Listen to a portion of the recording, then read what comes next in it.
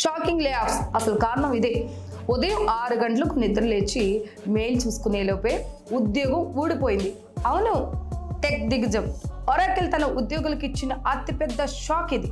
ఎలాంటి ముందస్తు సమాచారం లేదు, హెచ్ఆర్ కాల్ లేదు, కనీసం మేనేజర్తో మాట లేదు. డైరెక్ట్గా టెర్మినేషన్ ఈమెయిల్, ఆ వెంటనే సిస్టమ్ యాక్సెస్ కట్. ముఖ్యంగా ఇండియా, మెక్సికోలోని క్లౌడ్ కంప్యూటింగ్ సాఫ్ట్వేర్ ఇంజనీర్లపై ఈ తీవ్ర ప్రభావం పడింది.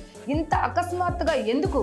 కారణం కంపెనీ ఆర్థిక ఒత్తిడి, భారీ ఖర్చులు, ఓపెన్ ఏఐతో కలిసి ప్లాన్ చేస్తున్న సుమారు $500 బిలియన్ టార్గెటే ప్రాజెక్ట్ మరియు డేటా సెంటర్ల కోసం చేసిన $50 బిలియన్ అప్పు, ఇవన్నీ కలిసి చివరకు ఉద్యోగుల పాలిట శాపంగా మారాయి. ఇప్పుడు ఈ లే ఆఫ్స్తో సోషల్ మీడియా అంతా ఓపెన్ టు వర్క్ పోస్టులతో నిండిపోయింది. కొన్ని విభాగాల్లో అయితే ఏకంగా మొత్తం టీమ్స్నే తీసేశారు. భారీ పెట్టుబడుల భారం సాధారణ ఉద్యోగులపై పడడం ఎంతవరకు కరెక్ట్? తప్పకుండా కామెంట్ చేయండి.